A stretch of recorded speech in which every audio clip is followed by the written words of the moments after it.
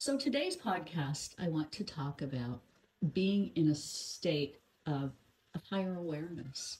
And you can see this card, the Four of Air. We are in a Sagittarius 10-day decan, as I've been talking about. I'm in a 10-day decan, which I'm Sag rising. For me, it's in my first house, where at this time I'm starting to realize how I think, how I use my voice, the kindness with which I use my voice is my superpower.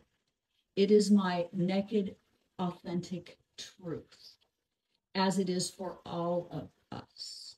And so, what is the point of today's reading? Well, I'm simply asking, so for all of us women, all of us everywhere, and male too, it doesn't really matter, male or female, going through really the troubles that we've been in, the breakups, that energy where we've kind of gone through these eclipses, Taurus, Scorpio, and we're starting to realize some of the breakdown that's taken place, some of the transformation that is incoming.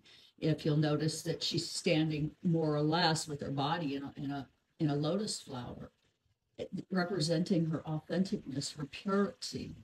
And in the center of her lotus flower is her heart, her jewel, what she's so beautifully good at, that energy of love.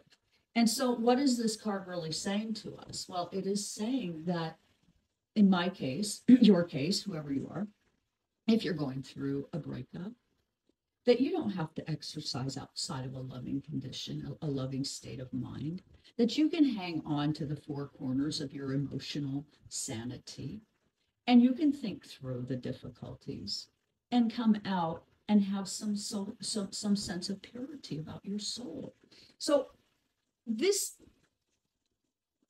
would be the next card in this reading, which is the Zeitgeist. And what is this saying? Well, this is kind of like the Fool, right? He's sitting there and he's kind of watching on the board game.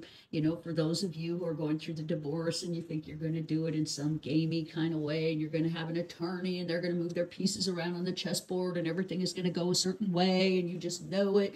Think again that maybe we're moving into different times. And this card would suggest that we're infinitely on a new journey, and that the puzzle is no longer as simple as it once was. And so, in this sense, subconsciously and consciously, our most recent pandemic, the darkness of it, has ultimately changed us, and it has changed how we are going to go forward on the new journey, on this energy of newness. Okay, then we get the Sun, where you can see that there's a cat sitting here in front of a wheel of time that's got a perplexed and almost troubled look on his face. Like, now what? What can I do?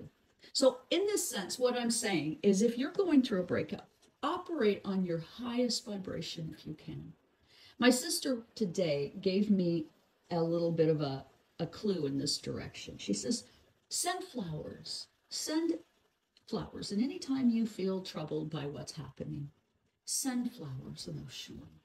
And I came up with roses and sprigs of lavender as a gift to him, as a way of saying, I'm not the enemy.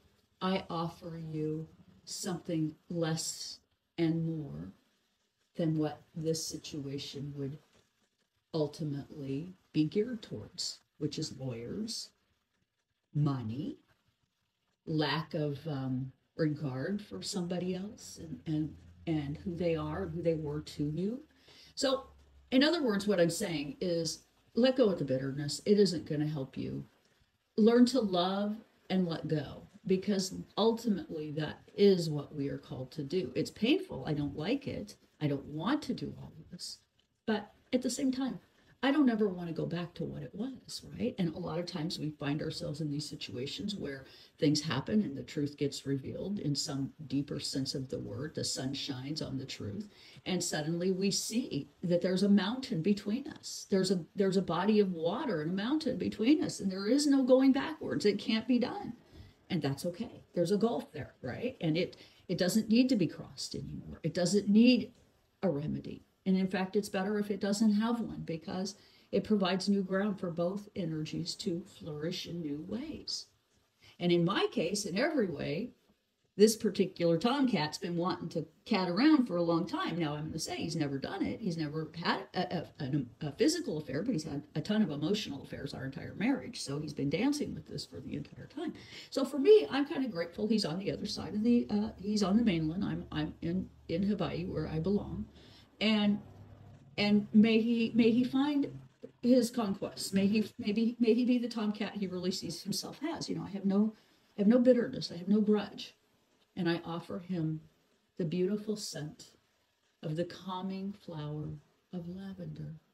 And I'm offering it to him spiritually as a remedy to this very painful place that we're both in. And as a result, a very interesting card pops up. Now, I've seen this card over my situation several times. I pulled it and it's just like, oh my goodness, we got a mad scientist here, a magician. But what this card is suggesting, that in this very difficult, toxic time, that things are coming to me that are brilliant and necessary, almost electric. Uranus conjunct my sun, that are going to set me free emotionally.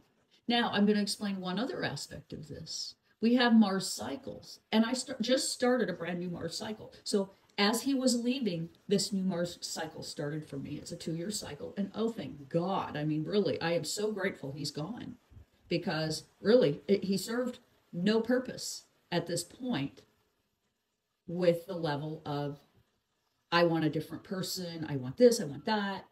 I don't care if you know, I don't want to communicate. If you're not going to give me physically what I want, even if I'm being horrible to you, then I don't care. I'm going to have affairs right in your face. You know, it was just on and on and on, which I'm okay with. I mean, I feel like I can love him because I do. I didn't stay with somebody for 21 years. And that being the case, that's it. We're done. And so the last card that I get in this reading, for those of us going through this, which is just about as perfect as you can get, the cards I used were the Tinker's Down, and now I moved over to the Mauna Oracle deck. This is saying that really, in essence, this feminine energy, you can see there's like a male hand falling down into the armpit and breast, an egg of another. And it's like saying that, cultivating that love in that family. And then you can see you've got a lizard up around the corner, and the lizard is saying that, yeah, I kind of want to insert toxicness. I want to insert this green energy into the family process. I want to drop this egg down into your armpit, and I want to hatch something that works for me and not you, this is what he's really, honest to goodness, revealed to me through this change that we're in. Because not only am I going through a breakup and a change and having to adjust my levels of response to it and karmically keep the bitterness from occurring, he's asked me to give up most of his pension so that he can make that available to his new bride. And so this card here suggesting that at my expense, he wants to hatch a new plan, and basically it's not a healthy plan. It's a plan designed for him. And you can see the leaves, the butterflies telling me, don't ferns, don't allow this. You don't have to do this. And so, for all of us, this is our story right now. COVID has really brought to our attention some of the mental health issues that we as people are suffering from in relationships to others. So with that, please do consider joining my YouTube channel. Please hit the like, share, and subscribe, and book a medical reading for myself and my lovely co-reader, Farnoosh, at Twiggy, TWIGGIE.com. And I thank you so much for joining me here today.